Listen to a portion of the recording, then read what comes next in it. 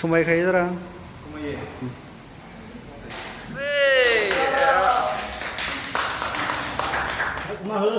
आखाइ खमा Happy SD to you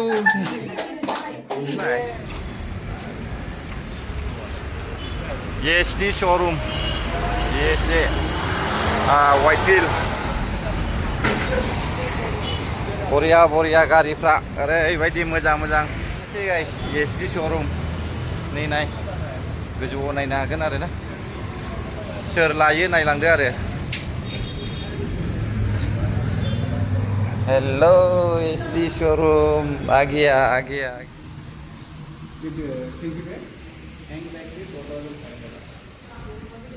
jacket नैबे राइडारफोरनि थाखाय मोजां जागोन जाकेटना नैबे राइडारफोरनि थाखाय बरिया बेगफ्राबो नै हेलमेटथ' गैया बरिया दंलै लोगोफोर नै लांलान मोननो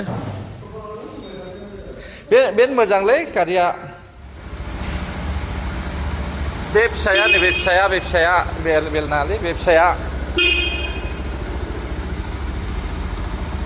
नैबे मोनसेया जोङाखैरा लाइना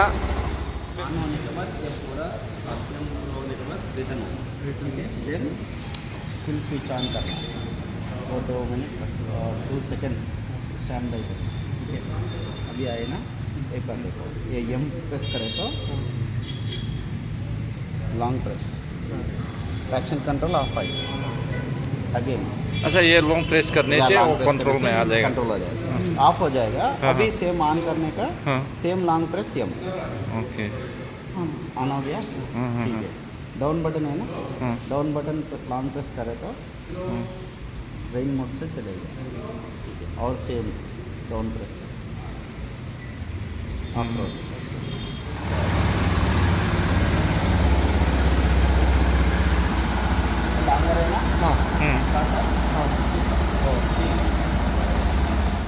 बिल में ये वाला petrol charger USB charging port USB नीचे होना ठीक है ये निकाल को इधर नहीं रखना तो चेंज करेगा हाँ चला जाएगा इधर रख दो ओके ठीक है ये निकालने बाद वैसा एवरी बार बाउंड्री पॉइंट रखे तो 10 लीटर फिल करता है 10 प्लस तो 14 आ जाएगा ठीक है अभी 1 लीटर और 2 लीटर आता है इसमें वो पानी पॉलिश मारेगा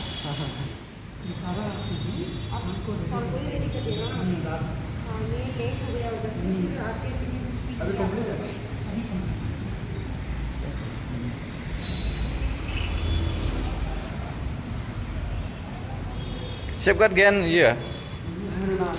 ए एक्सट्रा होनो नाङा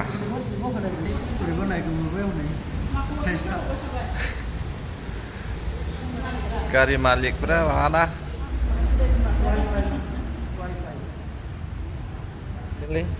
बिराद शान्ति इसोरनि अननायावहाय साक्सेसफुल जाबाय मोजां दे लानांगौ 2026 आव साक्सेसफुल मोजाङानो मादों बेना हा सोनो मोजां जायो इयो लादो बेखौनो ला औ बे साबसिन हाद्रायाबो नुनाय गावसोर खालामगोन जे फिटिंखौ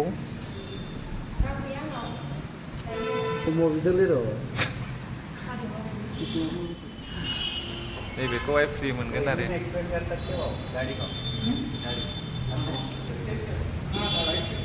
खेवदे जेबो गा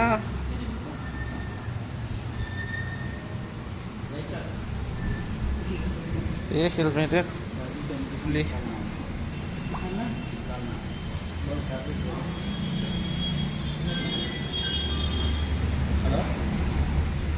बैलाय बै स्टाइलानो खामाथे मोजांसो ग्लास गैया बे कम्पानिजों फैफानायखा बियो बेलायाव नै लेडिसफोरनि ये यहाँ पे क्या ग्लास लगाने वाला Nga क्लास लगाई जाया 960 किलोमीटर रन हो जाए तो 16 डे सर्विस आना 1 मंथ तक नहीं वेट करना बेंगलरावहाय गोदान गंसे बाइक लादों ESD दा नायलांबाय थादों नोंथांमोना नै गासैबो बेंगलरावहाय ओरै गासै बाइक गोजा ESD श'रुम दे वाइट फिल्डआवहाय फैब्लानो नोंथांमोनाबो लांफैनो हागोन आरो नै ओरैहाय बेजोंहाय मा वाइट फिल्ड मेन रड आरो बेयो नै वाव ओरै नायनै खेवसिगोन दै आनबक्सिं खालामसिगोन नायलांबाय थादो नुखाबाय फार्स्टआवनो ESD आरोना ओमफ्राय गारियासो माबायदि खालार नायदो थांद' 1 2 3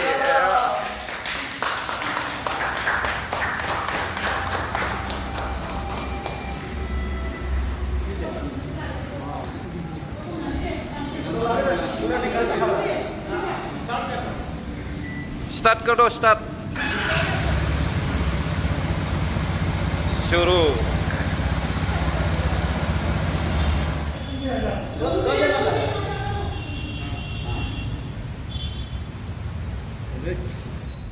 सर कुछ बोलो सर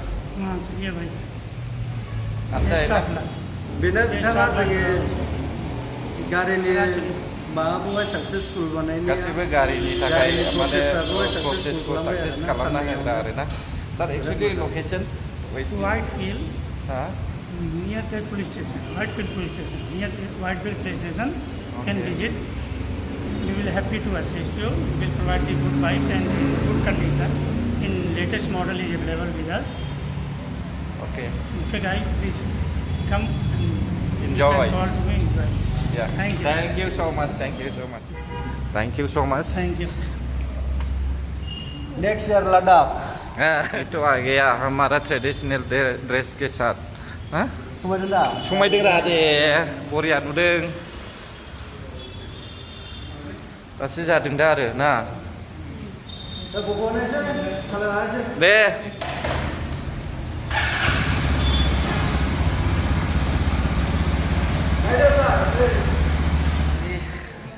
लामारबाय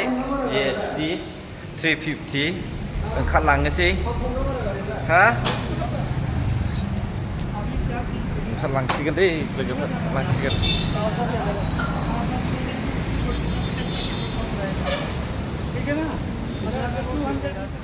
Okay, thank you very okay much. हम गाड़ी से- यहाँ पे अगर किसी को चाहिए तो हम इधर में बेच दूंगा जरूर. हाँ. My name is Rais. You can contact me anytime. हाँ जी I am happy to assist you. I am happy to help हाँ जी ये सर के पास आ जाओ यहाँ पे एक ESD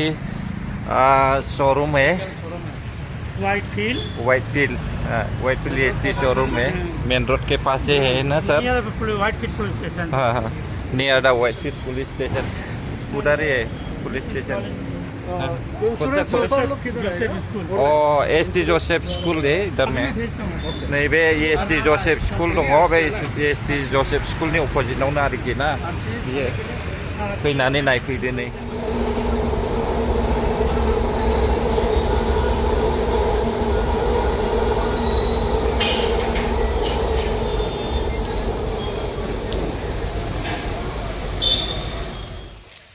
जोंना आलासिया न' मोनफैबाय दे टमेट'लायनो आलासिया न' सफैबाय नै औ फाइनालि न' मोनफैबाय आलासिया पारमानेन्टलि आलासि नै बाथोन बानायनोसै फ्रेश खा माथो इतना इजी नहीं होता है तुम लोग को लेके देने के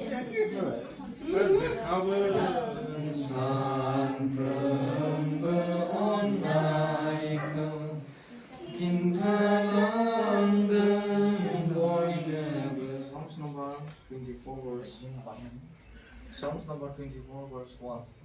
The full name is number 6. जाय उद्देश्यखौ लानानै थागोन फारसेथिं थानाया माबा मोनसे जोंहा गोसोनि साननाय एबा हास्थायनाय मोननो लुबैनाय इच्छा खालामनाय थायो फारसेथिंखौ जों गोसोआव बिदिनो बयहाबो मोनसे आयना लानानै हास्थायनाय लानानै थायो बेबायदिनो बे जयाबो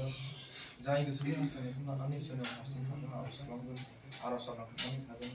बेनो इसोरा बे बोर होयो जोंनि गोसोनि साननायखौ जाफुंहोयो आरज खालामनानै होयो जोंनि इसोरा बेनि गोख्रों देहा होयो जों लोगोसे आरज खालामनांगौ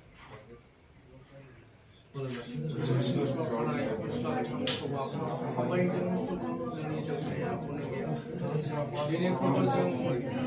फुंनिफ्राय सानसेसिम गुबुन गुबुन दाब दाब जायगायाव मोनाबिलि समाव जों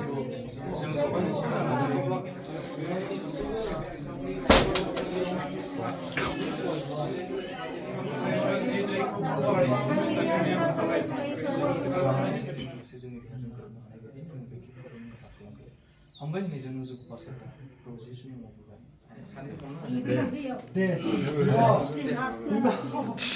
दे कंग्रेचुलेसन थाबाय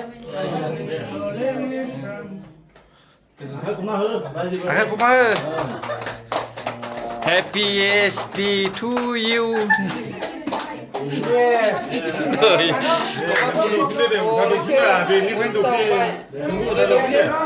Happiest day to you नो yes दिनैहाय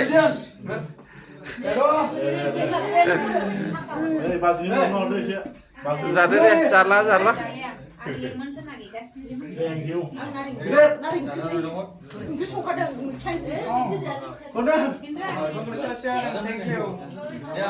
जाबाय जादो दे जादो खेङा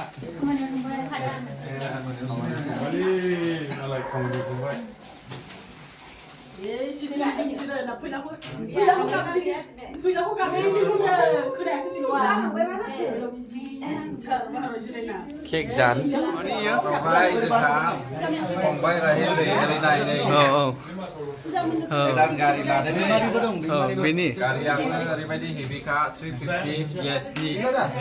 फाइनालि लानो हामारबाय लोगोफोर इसोरनि अननायाव दिनैहाय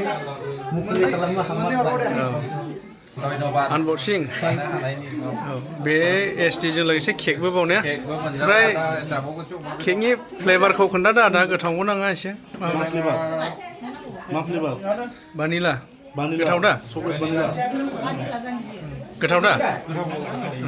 हामबायसै सालाद ग्रिन सालाद लकेल दाउ अमा बेदर मैथा बाथोन दालिया हायग्राया बिसो आरो दालि दंबावोसो नै मोनसेबाव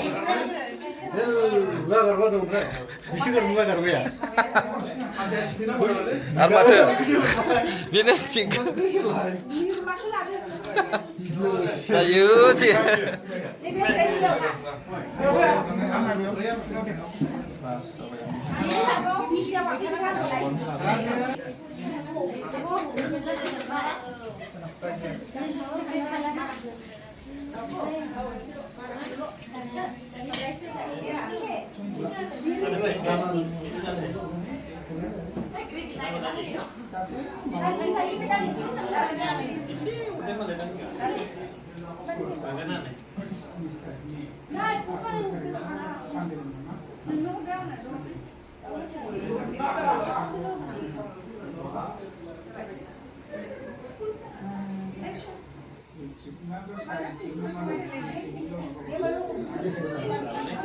Si la misale è come specie